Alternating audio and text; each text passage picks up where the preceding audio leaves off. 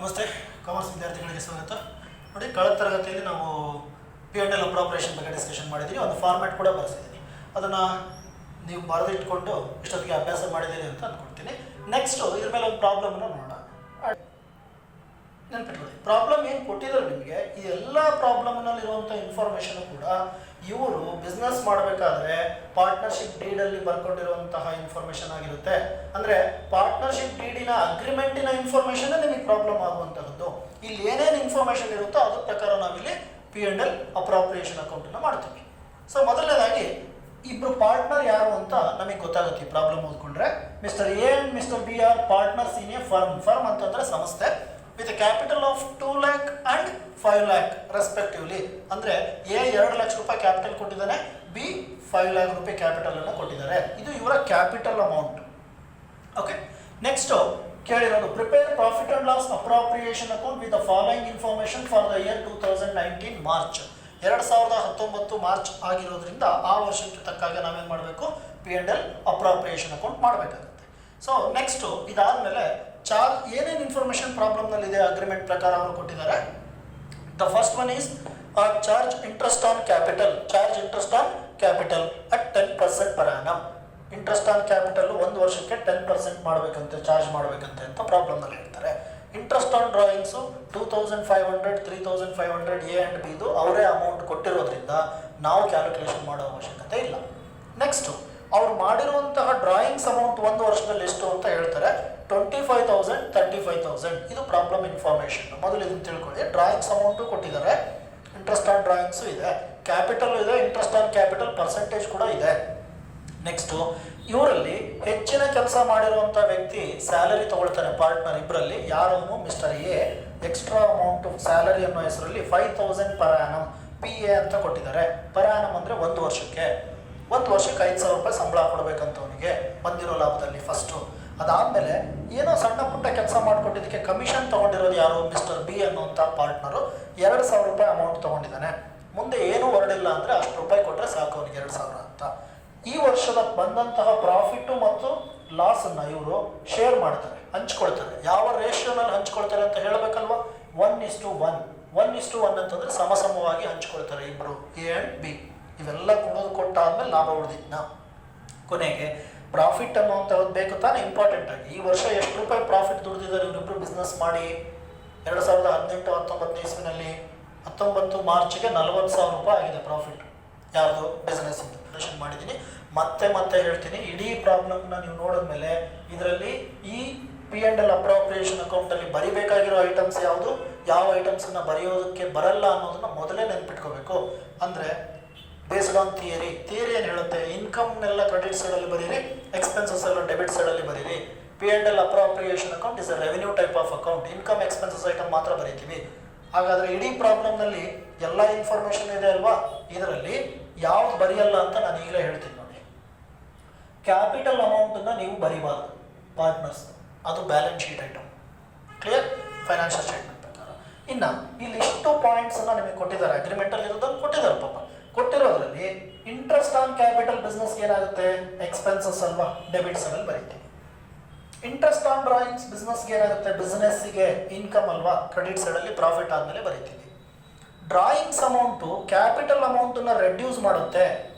It reduces our capital amount, so it is related to capital item. ಕ್ಯಾಪಿಟಲ್ಗೆ ಸಂಬಂಧಪಟ್ಟಿರೋದು ಇದು. Capital ಅಮೌಂಟನ್ನು reduce ಮಾಡುತ್ತೆ, ಕ್ಯಾಪಿಟಲ್ ಟೈಪ್ ಆಫ್ ಅಕೌಂಟ್ಗೆ ಸೇರುತ್ತಿದ್ದು. ಹಾಗಾಗಿ ಇದು ಇನ್ಕಮ್ ಎಕ್ಸ್ಪೆನ್ಸಸ್ ಆಗಲ್ಲ, ನಾವು ಇದರಲ್ಲಿ ಬರೆಯಲ್ಲ. P&L ಅಪ್ರಾಪ್ರಿಯೇಷನ್ ಅಕೌಂಟ್ ಎಷ್ಟು ಪ್ರಾಬ್ಲಮ್ ಮಾಡಿದ್ರು ಡ್ರಾಯಿಂಗ್ಸ್ ಬರೆಯಲ್ಲ, ನೆನ್ಪಿಟ್ಕೊಳ್ಳಿ. ನೆಕ್ಸ್ಟು ಸ್ಯಾಲರಿ ಎಕ್ಸ್ಪೆನ್ಸಸ್ಸು ಬರೀತೀವಿ, ಕಮಿಷನ್ ಎಕ್ಸ್ಪೆನ್ಸಸ್ಸು ಬಿಸ್ನೆಸ್ಗೆ ಬರೀತೀವಿ, ಶೇರಿಂಗ್ ರೇಷಿಯೋ ಕೊನೆಗೆ ಯೂಸ್ ಮಾಡ್ಕೊಳ್ತೀವಿ, ಪ್ರಾಫಿಟ್ ನಮಗೆ ಬಿಸ್ನೆಸ್ಗೆ ಇನ್ಕಮ್ ಗೇಯ್ನು, ಸೊ ಇನ್ಕಮ್ ಅದನ್ನು ಮೊದಲು ಬರೀತೀವಿ. ಪ್ರಾಫಿಟ್ ಬಂದಮೇಲೆ ಅದೇ ದುಡ್ಡಲ್ಲೇ ಎಲ್ಲ ಹಂಚ್ತೀವಿ. ಅರ್ಥ ಆಯ್ತಲ್ವ ಹೇಳ್ತಾ ಇರೋದು? ಅಂದರೆ ಕ್ಯಾಪಿಟಲ್ ಡ್ರಾಯಿಂಗ್ಸ್ ಎರಡೂ ಬರೆಯಲ್ಲ. Interest on capital, interest on drawings ಬರೀತೀವಿ. ಸರಿ ಸರ್, ಲಾಸ್ಟ್ ಕ್ಲಾಸಲ್ಲಿ ನೀವು ಫಾರ್ಮ್ಯಾಟಲ್ಲಿ ಲೋನ್ ಬಗ್ಗೆ ಮಾತಾಡಿದ್ರಿ ಅಂತ ಹೇಳ್ತೀವಿ. ಲೋನು ಇಲ್ಲಿ ಯಾವ ಪಾರ್ಟ್ನರು ಕೊಟ್ಟಿಲ್ಲ, ಹಾಗಾಗಿ ಲೋನ್ ಇದ್ರೂ ಬರೆಯಲ್ಲ. ಜೊತೆಗೆ ಇಂಟ್ರೆಸ್ಟ್ ಆನ್ ಲೋನ್ ಇದ್ದರೆ ಬರೀತಿದ್ವಿ, ಬಟ್ ಪ್ರಾಬ್ಲಮ್ನಲ್ಲಿ ಇಲ್ಲ ತಾನೆ. ಪ್ರಾಬ್ಲಮ್ನಲ್ಲಿ ಇಲ್ಲ ಅಂದರೆ ಆ ವ್ಯಕ್ತಿ ಲೋನ್ ಕೊಟ್ಟಿಲ್ಲ ಅಂತ, ಬಿಸ್ನೆಸ್ ಯಾರು ಕೂಡ. ಹಾಗಾಗಿ ಅವನು ಬಿಡ್ತೀವಿ. ಇರೋದು ಬರಿತೀವಿ, ಇರದೇ ಇರೋದು ಕೈ ಬಿಟ್ಬಿಡ್ತೀವಿ. ಈಗ ಮೊದಲನೇದಾಗಿ ಪ್ರಾಫಿಟ್ ಬರೀಬೇಕು. ಯಾವ ಹೆಸರಲ್ಲಿ ಬರಿತೀವಿ, ಅಂತಂದರೆ profit and loss account format ಬರ್ಸಿದ್ದೀನಿ, ನೆನ್ಪಿಟ್ಕೊಳ್ಳಿ. ಪ್ರಾಫಿಟ್ ಆ್ಯಂಡ್ ಲಾಸ್ ಅಕೌಂಟ್, ಯಾಕಂದರೆ ನೆಟ್ ಪ್ರಾಫಿಟ್ಟು ಯಾವ ಅಕೌಂಟಲ್ಲಿ ಸಿಗುತ್ತೆ ನಮಗೆ? ಪ್ರಾಫಿಟ್ ಆ್ಯಂಡ್ ಲಾಸ್ ಅಕೌಂಟಲ್ಲಿ ಸಿಗುತ್ತಾನೆ. ಹಾಗಾಗಿ ಅಲ್ಲಿಂದ ಟ್ರಾನ್ಸ್ಫರ್ ಮಾಡ್ಕೊಂಡು ಬಂದಿರ್ತೀವಿ. ಅಮೌಂಟ್ ಎಷ್ಟಿದೆ ಪ್ರಾಫಿಟ್ಟು? Net profit 40,000. ಸೊ 40,000 ರೂಪಾಯಿ ಬರೀತೀವಿ. ಕ್ಲಿಯರ್? ನೆಕ್ಸ್ಟ್ ಇದಾದ್ಮೇಲೆ ಏನು ಬರೀಬೇಕು? ಇನ್ನೊಂದು ಇನ್ಕಮ್ ಐಟಮ್ ಯಾವುದಿದೆ ಬಿಸ್ನೆಸ್ಗೆ? Interest on drawings. Interest on drawings ಅಂತ ಹೆಸರು ಕೊಟ್ಟು ಡೈರೆಕ್ಟಾಗಿ ಅವರೇ ಅಮೌಂಟ್ ಕೊಟ್ಟಿರೋದ್ರಿಂದ you can write directly interest on drawings. Interest on drawings ಅಂತ ಹೆಡ್ಡಿಂಗ್ ಬರೆದು ಅಂಡರ್ಲೈನ್ ಮಾಡಿ. ಮೊದಲನೇ ವ್ಯಕ್ತಿ ಮಿಸ್ಟರ್ ಎ, ಎರಡನೇ ವ್ಯಕ್ತಿ ಮಿಸ್ಟರ್ ಬಿ. ಓಕೆ, ಮಿಸ್ಟರ್ ಎದು ಅಮೌಂಟ್ ಎಷ್ಟಿದೆ ಇಂಟ್ರೆಸ್ಟ್ ಆನ್ ಡ್ರಾಯಿಂಗ್ಸ್? 2,500 ನೋಡಿ, 2,500 ರೂಪಾಯಿ. ಇವಂದು ಎಷ್ಟಿದೆ? 3,500 ರೂಪಾಯಿ ಬರೆದಿದ್ದೀನಿ. ಇನ್ನರ್ ಕಾಲಮಲ್ಲಿ ಬರೆದ್ರೆ ಟೋಟಲ್ ಮಾಡಬೇಕಷ್ಟೇ, 6,000 ಆಗುತ್ತೆ. ಇಲ್ಲ ಅಂದರೆ ಡೈರೆಕ್ಟ್ ಅಮೌಂಟ್ ಕಾಲಮಲ್ಲಿ ಬರೀಬಹುದು. Both are accepted. ಇನ್ನು ಯಾವುದಾದ್ರೂ ಇನ್ಕಮ್ ಐಟಮ್ ಇದೆಯಾ? ಯಾರಿಗೆ ಇನ್ಕಮ್ ಆಗಬೇಕು? ಬಿಸ್ನೆಸ್ಸಿಗೆ ಇದೆಯಾ? ಇಲ್ಲ. ನೆಕ್ಸ್ಟು ಎಕ್ಸ್ಪೆನ್ಸಸ್ ಐಟಮ್ಗೆ ಬಂದರೆ ಮೊದಲನೇದಾಗಿ ನಾವು ಕೊಡಬೇಕಾಗಿರೋದು ಯಾವುದು? ಈ charge interest on capital at 10% per annum ಅಂತಾನೆ. ಇದು ಬಿಸ್ನೆಸ್ಗೆ ಎಕ್ಸ್ಪೆನ್ಸಸ್ಸು. ಸೊ ಎಕ್ಸ್ಪೆನ್ಸಸ್ ಬಿಸ್ನೆಸ್ಗೆ ಇನ್ಕ್ರೀಸ್ ಆದರೆ ಯಾವ ಸೈಡ್ ಬರೀತೀವಿ? ಡೆಬಿಟ್ ಸೈಡಲ್ಲಿ ಬರೀತೀವಿ. Interest on capital, partners capital ಅಲ್ವಾ? ಸೊ ಅಂಡರ್ಲೈನ್ ಮಾಡಿ. ಯಾರ್ಯಾರಿದ್ದಾರೆ? ಮಿಸ್ಟರ್ ಎ ಮತ್ತು ಮಿಸ್ಟರ್ ಬಿ. ಮಿಸ್ಟರ್ ಎದು ಇಂಟ್ರೆಸ್ಟ್ ಆನ್ ಕ್ಯಾಪಿಟಲ್ ಎಷ್ಟು ಅಂತ ನಾವು ಕ್ಯಾಲ್ಕುಲೇಷನ್ ಮಾಡೋಣ. ಮಿಸ್ಟರ್ ಎ ನೋಡಿ, ಅವನ ಕ್ಯಾಪಿಟಲ್ ಅಮೌಂಟು 2 lakh ಇದೆ. ಅದ್ರ ಮೇಲೆ ಅಂದರೆ ಅವರ ಕ್ಯಾಪಿಟಲ್ ಅಮೌಂಟ್ ಮೇಲೆ ಪರ್ಸೆಂಟೇಜು 10% ಚಾರ್ಜ್ ಮಾಡ್ತೀವಿ. ಸೊ 2 lakh ಇಂಟು 10%, 20,000 ಅಮೌಂಟ್ ಕಾಲಮಲ್ಲಿ ಬರೀತೀನಿ. ನೆಕ್ಸ್ಟು 5 lakh ಇದೆ. 5 lakh into 10%, 5 lakh into 10%. Mister B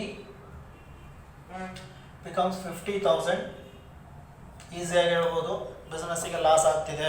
ಯಾಕೆ ಅಂದರೆ ಇವರು ಇಂಟ್ರೆಸ್ಟ್ ಆನ್ ಕ್ಯಾಪಿಟಲ್ ಇಷ್ಟೊಂದು ಚಾರ್ಜ್ ಮಾಡ್ಕೊಂಡ್ರೆ ಬಂದಿರೋ ಲಾಭ ನೋಡಿದ್ರೆ ಬರೀ 40,000, ಹಾಗಾಗಿ ಲಾಸ್ ಆಗುತ್ತೆ. ಏನು ಮಾಡೋಕ್ಕಾಗಲ್ಲ, ಫಸ್ಟ್ ಪ್ರಾಬ್ಲಮ್ ಲಾಸ್ ಬಂದಿದೆ. ಓಕೆ, ನೆಕ್ಸ್ಟು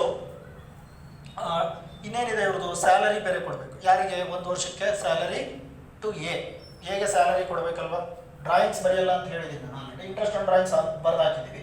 ಇನ್ನು ಸ್ಯಾಲರಿ ಟು ಎ ಹಾಗಾದರೆ salary to A 5,000 per annum direct amount ಕಾಲಮಲ್ಲಿ ಅವರೇ ಕೊಟ್ಟಿದ್ದಾರೆ, ಬರೆಯೋಣ. ಕಮಿಷನ್ ಟು ಬಿ, ಬಿಗೆ ಕಮಿಷನ್ ಕೊಡಬೇಕಲ್ವ? ಅದು ಬಿಸ್ನೆಸ್ಗೆ ಎಕ್ಸ್ಪೆನ್ಸಸ್ ತಾನೆ. So commission to B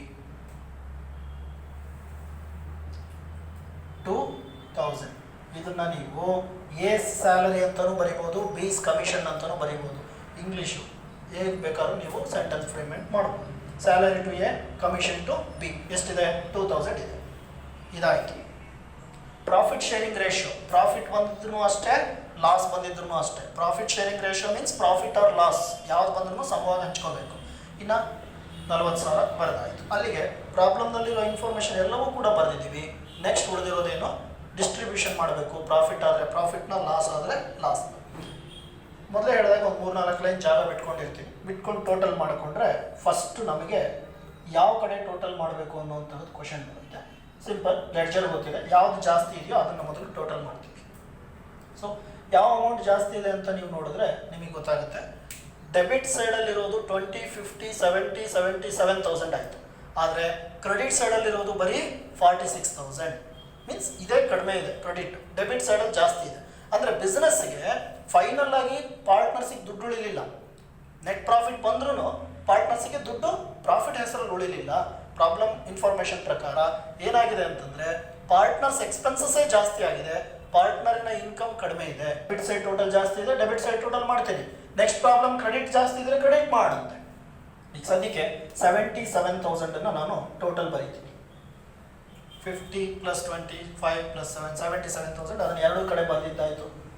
so 77,000 ಇದೆಲ್ಲದನ್ನು ಕೂಡ ನೀವೇನು ಮಾಡಬೇಕು? ಮೈನಸ್ ಮಾಡಬೇಕು. ಎಷ್ಟು? 77,000 ಓಕೆ ಮೈನಸ್ 46,000 ಎಲ್ಲ ಟೋಟಲ್ ಮಾಡಿದ್ರೆ 46 ಆಗುತ್ತೆ. ಮೈನಸ್ ಮಾಡಿದ್ರೆ 31,000 ಬಂತು.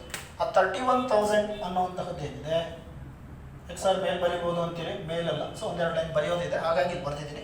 ಅಮೌಂಟ್ ಕಾಲಮಲ್ಲಿ ಬರೀತೀನಿ 31,000. ಇದು ಹೇಗೆ ಬಂತು ಅಂತ ಇನ್ನೊಂದು ಸರ್ತಿ ಹೇಳ್ತೀನಿ. ಡೆಬಿಟ್ ಸೈಡ್ ಟೋಟಲ್ ಜಾಸ್ತಿ ಇದೆ, ಡೆಬಿಟ್ ಸೈಡ್ ಟೋಟಲ್ ಮಾಡಿದ್ದೀನಿ, ಅದನ್ನು ಟ್ರಾನ್ಸ್ಫರ್ ಮಾಡಿದ್ದೀನಿ, ಇನ್ಕಮ್ಸ್ ಎಲ್ಲ ಮೈನಸ್ ಮಾಡಿದ್ದೀನಿ, ಕ್ರೆಡಿಟ್ ಸೈಡ್ ಐಟಮ್ಸು ಉಳಿದಿರುವಂಥದ್ದೇ 31,000. ಇದು ಬಿಸ್ನೆಸ್ಗೆ ಲಾಸ್. ಈ ಲಾಸನ್ನು ಯಾರು ಕಟ್ಕೊಡ್ಬೇಕು? ಪಾರ್ಟ್ನರ್ಸ್ ಕಟ್ಕೊಡ್ಬೇಕು. ಯಾವ ರೀತಿ ತಗೊಳುತ್ತೆ ಬಿಸ್ನೆಸ್ ಪಾರ್ಟ್ನರ್ಸಿಂದ ಲಾಸ್ನ ಅಂದರೆ ಅವ್ರ ಕ್ಯಾಪಿಟಲ್ ಅಮೌಂಟನ್ನು ರೆಡ್ಯೂಸ್ ಮಾಡುತ್ತೆ ಅಷ್ಟೇ. ಹಾಗಾಗಿ ಲಾಸನ್ನು ನಾವು ಕ್ಯಾಪಿಟಲ್ ಅಕೌಂಟ್ಗೆ ಟ್ರಾನ್ಸ್ಫರ್ ಮಾಡಿದ್ರೆ ಪಾರ್ಟ್ನರ್ಸ್ ಕ್ಯಾಪಿಟಲ್ ಅಕೌಂಟ್ಗೆ ಆಟೋಮೆಟಿಕಲಿ ಕ್ಯಾಪಿಟಲ್ ಕಡಿಮೆ ಆಗುತ್ತೆ. ಸೊ ಪ್ರಾಫಿಟ್ ಬಂದರೂ ಅಷ್ಟೇ, ಲಾಸ್ ಬಂದರೂ ಅಷ್ಟೇ, ಎಲ್ಲಿ ಟ್ರಾನ್ಸ್ಫರ್ ಮಾಡಬೇಕು? ಪಾರ್ಟ್ನರ್ಸ್ ಕ್ಯಾಪಿಟಲ್ ಅಕೌಂಟ್ ಅಂತ ಬರೀಬೇಕು. Partners capital account. ಏನಿದು ಬಿಸ್ನೆಸ್ಗೆ? ಲಾಸ್. ಸೊ ಲಾಸ್ ಟ್ರಾನ್ಸ್ಫರ್ಡ್ ಅಂತ ಬ್ರ್ಯಾಕೆಟಲ್ಲಿ ಬರೀರಿ.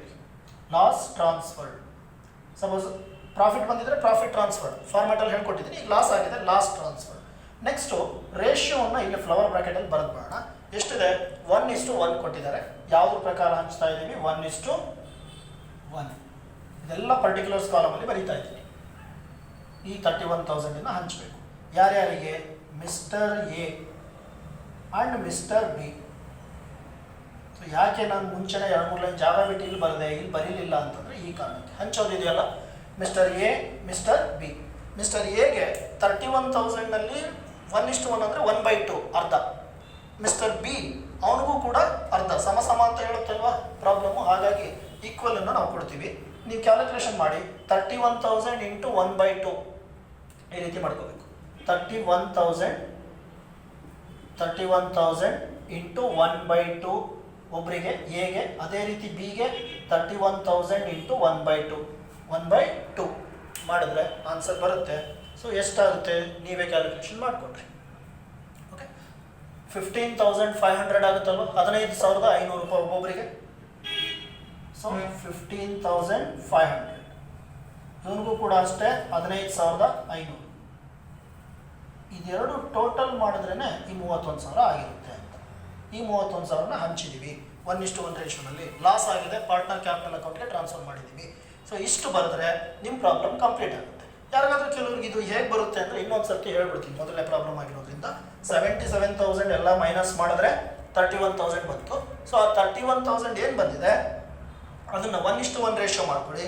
31,000 into 1 divided by 2 equals press ಮಾಡಿದ್ರೆ 15,500 ಬರುತ್ತೆ. ಅದು ಹೇಗೆ ಬರೆದ್ಬಿಡಿ. ಬರೆದ್ಮೇಲೆ ಮತ್ತೊಂದು ಸರ್ತಿ ಇನ್ನೊಂದು ಸರ್ತಿ ಮಾಡಿ. 31,000 ಸೇಮ್ ಬರುತ್ತೆ ಇಂಟು 1 ಡಿವೈಡೆಡ್ ಬೈ 2. ಇದು ಯಾರ್ದಿದು? ರೇಷಿಯೋ ಬಿದು. ಸೊ 15,500. ರೇಷಿಯೋ ಮಾಡೋದು ನಿಮಗೆ ಸ್ಕೂಲ್ ಲೆವೆಲಲ್ಲಿ ಹೇಳ್ಕೊಟ್ಟಿರ್ತಾರೆ ಅಂತ ಅಂದ್ಕೊಂಡಿದ್ದೀನಿ. ನೋಡಿ, ರೇಷಿಯೋವನ್ನು ನಾವು ಹೀಗೆ ಮಾಡ್ತೀವಿ. 1:1 ಇದ್ದರೆ ಎ ಆ್ಯಂಡ್ ಬಿಗೆ ಅದನ್ನು 1/2 ಅಂತ ಬರೀತೀವಿ. ಸಪೋಸ್ ಇದು 2:3 ಇದ್ದರೆ 2:3 ಅಂತ ಪ್ರಾಬ್ಲಮ್ನಲ್ಲಿ ಇತ್ತು ಅಂದ್ಕೊಳ್ಳೋಣ. ಆಗ 2:3ನ ಹೇಗೆ ಮಾಡಬೇಕು? ಬರಿಬೇಕು. ಇದನ್ನು ಶೇರ್ ಆಗಿ ಹೇಗೆ ಕನ್ವರ್ಟ್ ಮಾಡಬೇಕು? ಇದು ರೇಷಿಯೋ, ಇದು ಶೇರ್ ಅಂತೀವಿ. ಶೇರ್ ಹೇಗೆ ಕನ್ವರ್ಟ್ ಮಾಡಬೇಕು ಅಂತಂದರೆ ಎಗೆ 2 + 3 ಏನಾಗುತ್ತೆ? 5. ಡಿನಾಮಿನೇಟರು 2/5, 3/5 ಬಿಗೆ. ಸೊ ಎ ಮತ್ತು ಬಿಗೆ ಈ ರೀತಿಯಲ್ಲಿ ಬರ್ಕೊಡ್ತೀವಿ. 3:2 ಇದ್ದರೆ 3/5, 2/5. ಇದೇನಂತ ದೊಡ್ಡದಲ್ಲ, ಗೊತ್ತಿರುತ್ತೆ. ತೀರಾ ಗೊತ್ತಿಲ್ಲ ಅಂದರೆ ಯಾರಾದರೂ ಒಂದು 5ನೇ ಕ್ಲಾಸ್ 6ನೇ ಕ್ಲಾಸ್ ಮಕ್ಕಳು ಕೈಕಾಲು ಹಿಡ್ಕೊಂಡ್ರೆ ಹೇಳ್ಕೊಡ್ತಾರೆ. ಸರಿ, 15,500 and B 15,500. This is all about what? P&L appropriation account. ಇಷ್ಟಕ್ಕೆ ನಿಮಗೆ 6 marks ಪ್ರಾಬ್ಲಮ್ನಲ್ಲಿರೋ ಇನ್ಫಾರ್ಮೇಷನ್ ಪ್ರಕಾರ ಬರೀತೀವಿ. ಆಯಿತಾ? Okay, thank you. ನೆಕ್ಸ್ಟ್ ಕ್ಲಾಸಲ್ಲಿ ಇನ್ನೊಂದು ಪ್ರಾಬ್ಲಮನ್ನು ಮಾಡೋಣ.